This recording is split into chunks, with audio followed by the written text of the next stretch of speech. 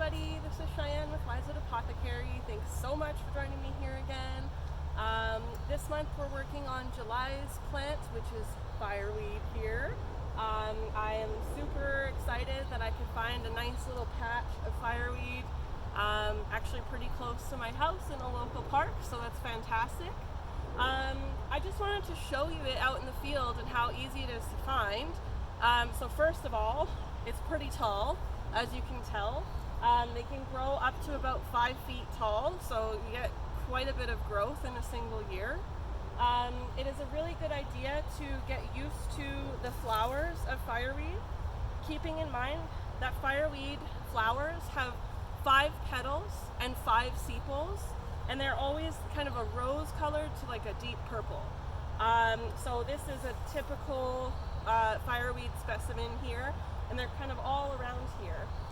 Now, fireweed flowers grow up a raceme like this.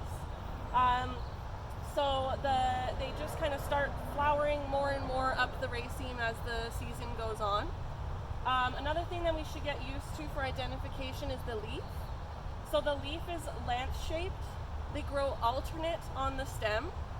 The top part of the leaf is a darker green with this kind of white stripe down the middle, the white vein. And if we're to flip it over, it's a lighter green with the same vein down it. There is no fuzz or hair or anything like that on the entire plant, really. So fireweed is one of the first plants to move through a disturbed area, or where there was a fire, hence its name.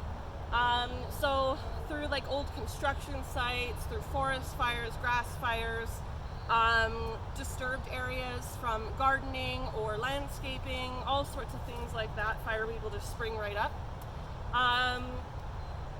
It is a perennial, so it'll keep coming back year after year.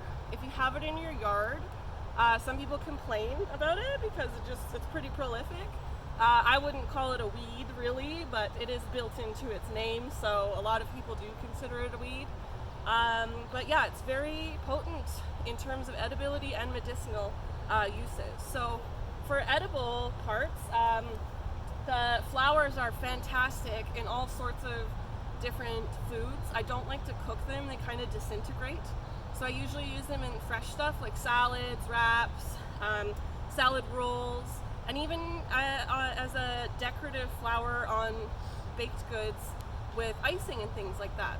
So if you had iced chocolate cupcakes, for example, and you put the little fireweed flowers on there, it'd be so beautiful, a nice pop of color, and they taste really quite good. So it'd be a wonderful addition to baked goods as well.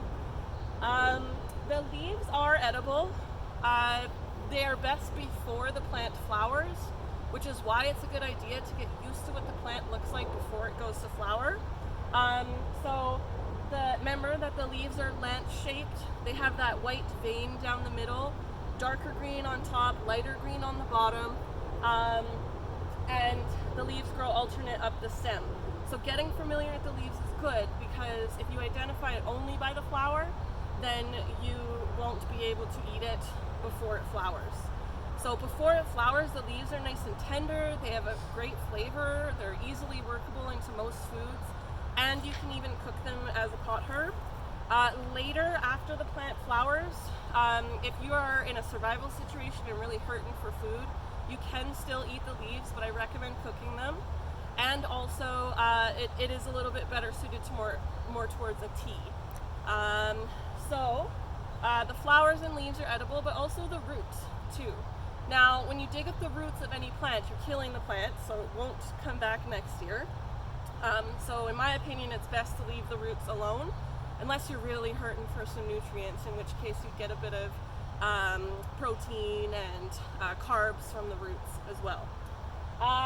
The leaves are heavily used in a lot of different types of herbal medicines, things for the lungs, things for kidneys, multifaceted approach. I once had a bad bout of bronchitis that I just couldn't flush, and I was very worried it would kind of morph into a bit of pneumonia there, and it happened to be in early spring when the fireweed plants were just starting to give their leaves, and I was drinking fireweed leaf tea for a few days and felt so much better pretty quickly. So it is a wonderful plant to know about, plus it's just stunning, like it looks so good on the landscape. Can't wait to have it in my yard. Basically gonna wait for these guys to go to seed and, you know, just whisk some away to home and plant them there. We'll see how we can do. Another really famous recipe that you can make with the flower is actually fireweed jelly. So good. There's a recipe in the book The Boreal Herbal by Beverly Gray. So that's the one that I use and it's fantastic. Yeah, so that's kind of the basic rundown, basic introduction to fireweed. We will come back later in the month and film again to see how the plant progressed. But otherwise, let me know if you have any questions. Feel free to subscribe to our YouTube channel so you can stay in the loop. And also join our free Facebook group where called the Herb of the Month Club. And you can also purchase membership online at our website at wisewoodipothecary.com, and those funds really help to fuel everything that I'm doing here and for website costs and things like that. So thanks so much. Have a great day. I'll see you later.